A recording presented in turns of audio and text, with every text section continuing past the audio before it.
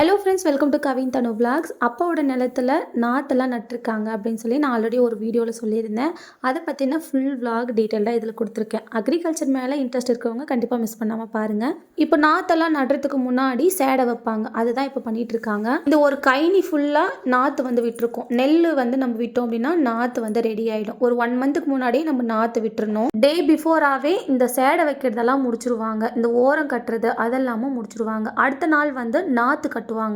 இன்றைக்கே நாற்றெல்லாம் கட்ட போகிறாங்க. அங்கே தான் நாங்கள் கிளம்பிட்டோம். இதுக்கு முன்னாடி நான் பார்த்ததில்ல, அதனால் கொஞ்சம் இன்ட்ரெஸ்டிங்காக இருக்கும் அப்படின்னு சொல்லி நான் கிளம்பி போயிட்டேன். வீட்டிலேருந்து ஒரு கிலோமீட்டர் 1.5 கிலோமீட்டர் தான் இருக்கும் நிலத்துக்கு போகிறதுக்கு. நாற்றெல்லாம் எப்படி கட்டுறாங்கன்னா, இந்த வாழை நார் இருக்கும் இல்லையா, அதை வந்து நல்லா சின்னதாக மெலிசாக வந்து கிழிச்சு எடுத்துக்கிறாங்க. இந்த நாற்று இருக்கிற தண்ணியிலே அந்த நாரெல்லாம் போட்டு கொஞ்சம் நேரம் ஊற போட்டுடுறாங்க. அதை கட்டும்போது நல்ல கிரிப்னஸ் கொடுக்குது. அந்த நெல்லோட நாற்றும் வந்து எதுவுமே உடஞ்சி போகாமல் அழகாக கட்ட வருது. அதனால் இந்த வாழை இலையோட நார் தான் வந்து யூஸ் பண்ணுறாங்க. 2 கைப்பிடி அளவுக்கு நாற்று பிடுங்கிக்கிறாங்க. அந்த வாழை நார் நினச்சி வச்சுருக்காங்க இல்லையா, அதை வந்து டக்கு டக்குன்னு கட்டி அழகாக எல்லாத்தையும் வந்து ரெடி பண்ணி வச்சுடுறாங்க. கொஞ்ச நேரத்திலேயே கைனி ஃபுல்லாக இருக்கிற நாற்று எல்லாத்தையும் பிடுங்கி கட்டி வச்சுட்டு போயிட்டாங்க. அவ்வளோ சீக்கிரமாக முடிச்சுட்டு போயிட்டாங்க. எனக்கு ரொம்ப ஆச்சரியமாக இருந்தது. விவசாயி இந்தியாவோட தூண் அப்படின்னு ஏன் சொல்கிறாங்க அப்படிங்கிறது புரியுது. நிஜமாவே இவங்க எல்லாருமே கிரேட் தான். இவங்க எல்லாருக்கும் சல்யூட் அடிக்கணும். அந்த அளவுக்கு அவ்வளோ ஃபாஸ்ட் ஒர்க் பண்ணுறாங்க. இவங்க இல்லைன்னா நமக்கு வந்து போவாவே கிடையாது. இந்த நாற்று எப்படி ரெடி ஆகுது அப்படின்னா, 1 மந்த்துக்கு முன்னாடியே தரமான நெல் விதை பார்த்து வாங்கிட்டு வந்து விதைச்சி விட்டுடுறாங்க. ஆஃப்டர் 1 மந்த் பார்த்தீங்கன்னா இந்த அளவுக்கு வளர்ந்து வந்துடும். இதுக்கப்புறம் விடக்கூடாதுன்னு சொல்கிறாங்க. இப்போ இதை பார்க்கறதுக்கு நல்லா அடர்த்தியாக இருக்கு இல்லையா, இந்த மாதிரி விடக்கூடாதான். எல்லாத்தையும் செப்பரேட் பண்ணி அங்கங்கே ஒரு நாற்று வந்து நட்டு விடுவாங்களாம். நாற்று நடுறதெல்லாம் அடுத்த நாள் செய்வாங்க. அதையும் நான் வீடியோ எடுத்திருக்கேன், மிஸ் பண்ணாமல் பாருங்கள்.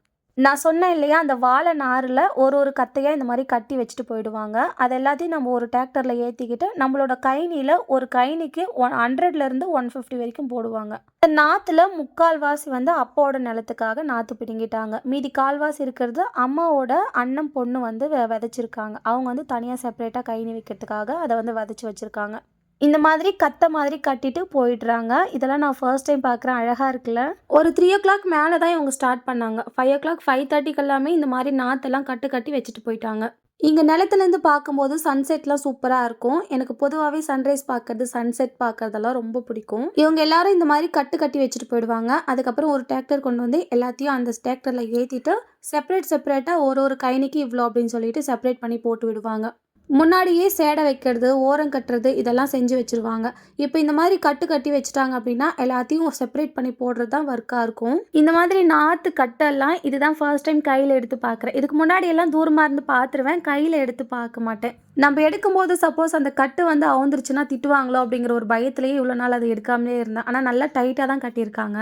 டைட்டாகவும் இருக்குது, சேம் டைம் நாற்றுக்கு எந்தவித டேமேஜ் இல்லாத மாதிரி பார்த்து தான் அந்த கட்டெல்லாம் போட்டு வச்சுருக்காங்க. பார்க்கவே ரொம்ப அழகாக, ரொம்ப பசுமையாக, கண்ணுக்கு குளிர்ச்சியாக இருந்தது. இந்த அழகெல்லாம் வேறு எங்கே கிடைக்கும்? விவசாயத்தில் தான் கிடைக்கும். ஒட்டுக்க எல்லா நாற்றையும் கொண்டு போக முடியல, பாதியாக தான் கொண்டு போனாங்க. ஏன்னா அதுக்கே வந்து டிராக்டர் ஃபுல்லாகிடுச்சு. அதை வந்து செப்பரேட் பண்ணி போட்டுட்டு அதுக்கப்புறமா இன்னும் இருக்கிற நாற்றெல்லாம் கொண்டு போவாங்க. இப்போல்லாம் வீட்டில் இருக்கிறத விட இந்த மாதிரி நிலத்துக்கு வந்துட்டோம் அப்படின்னா மைண்ட் வந்து அவ்வளோ ரிலாக்ஸாக இருக்குது. நான் வந்து ரிலாக்ஸாக ஃபீல் பண்ணுறேன். அதனால் இதை நான் உங்களுக்கும் ஷேர் பண்ணலாம் அப்படின்னு சொல்லிட்டு ஒரு வீடியோவாக நான் மேக் பண்ணி போட்டிருக்கேன். இப்போ இதெல்லாம் எடுத்துக்கிட்டு ஸ்ட்ரைட்டாக கைனிக்கு தான் போகிறாங்க. இதுதான் அப்பாவோட நிலத்தில் இருக்கிற கைனி, அதாவது நெல் பயிர் வைக்கிறதுக்காக எல்லாத்தையும் ரெடி பண்ணி வச்சுருக்காங்க. இங்கே கடைசியில் கொய்யா தோப்பு இருக்கும். ஸோ அந்த கொய்யா தோப்பை ஒட்டி அங்கேருந்து அப்படியே ஸ்ட்ரெயிட்டாக ரோடு வரைக்குமே கைனி தான் வைக்க போகிறோம். கிளியராக காட்டியிருக்கேன் பாருங்கள். அந்த கொய்யா தோப்புலேருந்து ரோடு வரைக்கும் கைனி தான், அதாவது சேடை, நெல் பயிர் வைக்கிறதுக்கான சேடை வந்து ரெடியாக இருக்குது. இப்போ கட்டி வச்சிருக்க அந்த நாற்று கட்டு எல்லாத்தையும் தூக்கி போடுவாங்க. அது வந்து நல்லாயிருக்கும் பார்க்கறதுக்கு. அது வந்து செப்பரேட் பண்ணி போட்டுட்டாங்கன்னா காலையில் வந்து நாற்று நட ஸ்டார்ட் பண்ணிடுவாங்க. கொய்யா தோப்பு ஒட்டி இருக்கிற கைனி தான் ஃபஸ்ட்டு கைனி. அங்கேருந்து தான் ஸ்டார்ட் பண்ணுவாங்க. ஸோ நம்ம அங்கே போனோம் அப்படின்னா கொய்யா தோப்பு வழியாக தான் போகணும். அங்கே போயிட்டு எப்படி செப்பரேட் பண்ணி போடுறாங்க, அதை வந்து தூக்கி போடுவாங்க. அது அழகாக இருக்கும். நேரில் இருந்து பார்த்தா இன்னும் சூப்பராக இருக்கும். அது எப்படிலாம் பண்ணுறாங்க அப்படிங்கிறத நான் வீடியோ எடுத்திருக்கேன், பாருங்கள். இந்த கொய்யா தோப்புல ஒரு புதகுழியும் இருக்குது. அதுக்கு பக்கத்தில் தான் டிராக்டர் நிறுத்தி வச்சுருக்காங்க. கொய்யா தோப்பு ஒட்டியே கைனி ஸ்டார்ட் ஆகிடும். நான் அங்கேருந்து காட்டினேன் இல்லையா, அதுதான் ஃபர்ஸ்ட் கைனி. ஸோ இங்கேருந்து ஸ்டார்ட் ஆகுது, அப்படியே ரோடு வரைக்குமே கைனி தான். கொய்யா தோப்பு பக்கத்தில் மாந்தோட்டமும் இருக்கும். அதுக்கு ஆப்போசிட்டில் தான் கைனி ஸ்டார்ட் ஆகுது. அங்கேருந்து ஸ்டார்ட் பண்ணிட்டாங்க. இந்த மாதிரி தான் செப்பரேட் பண்ணி போடுவாங்க. ஒரு கூடையில் 10லேருந்து 15 நாற்று கட்டு எடுத்துப்பாங்க. இந்த மாதிரி தூக்கி செப்பரேட் பண்ணி போட்டு விடுவாங்க. இந்த மாதிரி நம்ம செப்பரேட் பண்ணி எதுக்கு போடுறோம் அப்படின்னா, நாளைக்கு நாற்று நடுறதுக்கு வருவாங்க இல்லையா? அவங்க வந்து டக்கு டக்குன்னு எடுத்து யூஸ் பண்ணுறதுக்காக தான் இந்த மாதிரி செப்பரேட் பண்ணி போட்டு விடுறாங்களாம். ஸோ தட் அவங்களுக்கும் கொஞ்சம் ஈஸியாக இருக்கும். டைமும் சேவ் ஆகும் அப்படிங்கிறதுக்காக தான் இந்த மாதிரி செய்கிறாங்க போல். நாற்று நடுறதுக்கு நீங்கள் எந்த இடத்துக்கு போயிட்டு பார்த்தீங்கன்னாலும், இந்த கை ராசியான ஆளுங்க யாராவது இருந்தாங்கன்னா, அவங்கள வந்து கூப்பிட்டு ஃபஸ்ட்டு நாற்று எடுத்து நட சொல்லுவாங்க. அந்த மாதிரி அம்மா தான் நல்ல ராசி. அதனால அவங்க தான் ஸ்டார்ட்டிங்கில ஃபர்ஸ்ட்டு நாளைக்கு வந்து காலையில அவங்க தான் நாற்று நட்டு குடுப்பாங்க. அதுக்கப்புறம் வேலையாட்கள வந்து ஸ்டார்ட் பண்ணிப்பாங்க. இயர்லி மார்னிங்கே பூஜை எல்லாம் முடிச்சுருவாங்க. அது என்னால வீடியோ எடுத்து போட முடியாது. ஏன்னா, அவ்ளோ இயர்லி மார்னிங் வந்து இந்த நிலத்துல வந்து நிக்கவே முடியாது. அவ்ளோ குளிரா இருக்கும். ஆனா, நாற்று நடும்போது நான் வந்துருவேன். அப்போ வந்து நான் வீடியோ எடுக்கிறேன். அதுக்கப்புறம் அவங்க வந்து பாட்டெல்லாம் பாடுவாங்களாம். அதையும் நான் வீடியோ எடுத்து அப்லோட் பண்ணியிருக்கேன். இன்ட்ரெஸ்ட் இருக்கிறவங்க வீடியோ ஸ்கிப் பண்ணாம பாருங்க. இதெல்லாம் எனக்குமே புதுசு தான். ஆனா, எனக்கு ரொம்ப பிடிச்சிருந்தது. இப்போ நான் காட்டியிருக்கேன் இல்லையா இந்த தொட்டி, இதில் வந்து மார்னிங்கில் ஈவினிங் டைம்லலாம் மான், மயில் இதெல்லாம் வந்து தண்ணி குடிச்சிட்டு போகும். அது என்னால் வீடியோ எடுக்க முடியல. கிட்ட வந்தாலே பயந்து ஓடிடுது. மயில்லாம் நிறைய இருக்கும். அதெல்லாம் சூப்பராக இருக்கும் பார்க்கும்போது. அது தோகெல்லாம் விரிக்கும்போது அவ்வளோ அழகாக இருக்கும். இந்த நேச்சரோட மயிலையும் சேர்த்து பார்க்கும்போது சூப்பராக இருக்கும். பீகாக்கோட ஃபெதர்லாம் இங்கே வந்து கலெக்ட் பண்ணுறாங்க. ஆனால் நான் அந்தளவுக்கு அதை எடுக்கிறதில்ல. ஏன்னா நிறைய உடஞ்சி போயிருக்கும். அது வந்து அந்தளவுக்கு யூஸ் பண்ண முடியாது.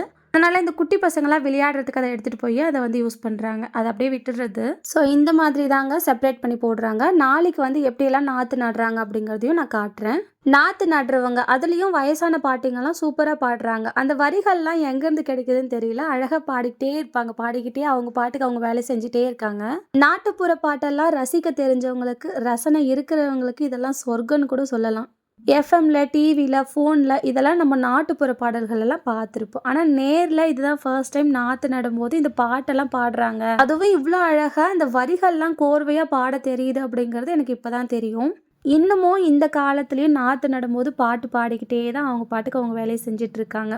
நான் வீட்டிலேருந்து போகிறதுக்குள்ளவே அவங்க வந்து மார்னிங் பிரேக்ஃபாஸ்ட் சாப்பிடுவாங்க இல்லையா? அதுக்குள்ளவே 2வது கழனிக்கே போயிட்டாங்க. அந்த 2வது கழனியுமே ஆல்மோஸ்ட் முடிக்கிற ஸ்டேஜில் இருந்தாங்க. அவ்வளோ ஃபாஸ்ட்டாக ஒர்க் பண்ணுறாங்க. மெஷின் கூட ஹீட் ஆகிடுச்சு அப்படின்னா கொஞ்ச நேரம் நிறுத்தி வைப்பாங்க. இவங்களுக்கு அந்த ஓய்வு கூட இல்லை. அதுதாங்க விவசாயம். இப்போ இந்த நிலத்துல வேலை செஞ்சு முடிச்சுட்டு அடுத்து அவங்களுக்கு வந்து வேறு நிலத்துலையும் வேலை இருக்கும். இதை முடிச்சுட்டு அங்கேயும் போயிட்டு செய்வாங்க. அவ்வளோ உழைப்பு உழைக்கிறாங்க. நாற்று வந்து இந்த மாதிரி தான் ஒரு 2-3 நாற்று எடுத்து இந்த மாதிரி செப்பரேட் பண்ணி நட்டுட்டு வராங்க. பயிர் வந்து சாஞ்ச மாதிரி நட்டுட்டு வரக்கூடாதுன்னு சொல்கிறாங்க. நேராக இருந்தால் தான் கடைசி வரைக்கும் அந்த பயிர் வந்து சாயாது. மழையே வந்தாலும் அது வந்து சாயாதுன்னு சொல்கிறாங்க. அதே நேரம் எல்லா இடத்துலையும் இருக்கிற மாதிரி இருக்கணும். அங்கங்கே கேப் இருக்கக்கூடாது. அந்த மாதிரி ஈவனாக இருக்கிற மாதிரி பார்த்துட்டே நட்டுட்டு வராங்க. இதெல்லாம் மேனேஜ் பண்ணிக்கிட்டு அவங்களோட ஒர்க்கை ஃபாஸ்ட்டாக முடிச்சுட்டு போகிறாங்க. இங்கெல்லாம் அப்படியே பனி வந்து வெடவெடான்னு இருக்கும். ஊட்டியில் இருக்கிற மாதிரி ஒரு ஃபீல் இருக்கும். அந்த பனியில் கூட காலையிலே வந்து அவங்க வேலையை வந்து ஸ்டார்ட் பண்ணிக்கிட்டாங்க. இங்கே ஒரு பாட்டி வந்து பாட்டு பாடிட்டு இருக்காங்க, கேளுங்க. மலை மேல நித்த மலை பெய்தோடி மலை கண்டா கூதோடி மானே என்னால வெள்ளாடல பூரா தேன். பாட்டியோட பாட்டு எப்படி இருக்கு அப்படிங்கறத கமெண்ட்ல மறக்காம சொல்லுங்க. மேல ஜவ்வாது மலை மேல ஜாதி பூரா மேயுது மலை கண்டா கூதோடி மானே என்னால கொள்ளாடல பூரா தேனு தேனு. சின்ன மாட்டார் பெரிய மாட்டார் சின்ன மாட்டார் பெரிய மாட்டார் செந்ததோரு ஜினு மாட்டார் ஜினு மேலே வட்ட வட்ட பற மேலே வரகரிசி திட்டம் போதும் அத்தமாக முத்துசாமி. இந்த மாதிரி தான் பாட்டு பாடிக்கிட்டே அவங்க பாட்டுக்கு அவங்க வேலையை செய்வாங்க. இந்த மாதிரியெல்லாம் யாரெல்லாம் பார்த்துருக்கீங்க அப்படிங்கிறத கமெண்ட்டில் ஷேர் பண்ணிக்கோங்க. நான் வந்து இதுதான் ஃபர்ஸ்ட் டைம் பார்க்குறேன். அவங்க பாடுறதெல்லாம் சூப்பராக இருந்துச்சு. அந்த மார்னிங் டைமில் இந்த மாதிரி நாட்டுப்புற பாட்டு கேட்கறதுக்கு நிஜமாவே சூப்பராக தாங்க இருந்தது. நீங்கள் எந்த டைமில் கேட்குறீங்கன்னு தெரியல. இந்த வீடியோ பார்க்கும்போது நீங்கள் எந்த மாதிரி டைமில் இருப்பீங்கன்னு எனக்கு தெரியல. ஆனால் மார்னிங் டைமில் நேரில் இந்த பாட்டி பாடுறதை கேட்கும்போது சூப்பர் ஃபீலிங்காக இருந்தது. இந்த காலத்தில் வர பாட்டுங்கள்லாம் எதுவுமே புரியறதில்ல. என்ன வேர்டிங்ஸ் போட்டு வந்து பாடுறாங்கன்னே தெரியறதில்ல. அந்த பாட்டு கூட இந்த பாட்டை கம்பேர் பண்ணும்போது இந்த பாட்டு அவ்வளோ இனிமையாக இருந்தது. உங்களோட நிலத்துல நாற்று நடுறதுக்கு வர பாட்டிங்கெல்லாம் இந்த மாதிரி பாட்டெல்லாம் பாடுறாங்களா அப்படிங்கிறத என் கூட ஷேர் பண்ணிக்கோங்க. அப்படி பாடல அப்படின்னா இந்த வீடியோவை காட்டுங்க. பாருங்கள், இந்த பாட்டி வந்து பாட்டு பாடுறாங்க, நீங்களும் பாடுங்க அப்படின்னு சொல்லுங்கள்.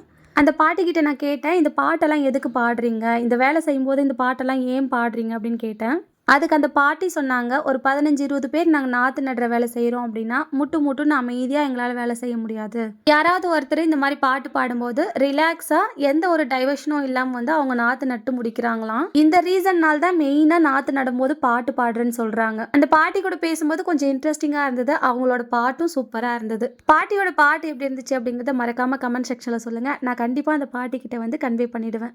இந்த வீடியோ பிடிச்சிருந்தா லைக், ஷேர் பண்ணிட்டு நம்ம சேனலை சப்ஸ்கிரைப் பண்ணி வச்சுக்கோங்க. கவின் தனு விலாக்ஸ்க்கு சப்போர்ட் பண்ணுங்க. நெக்ஸ்ட் விலாக்ல பார்க்கலாம். Bye from Thulasi.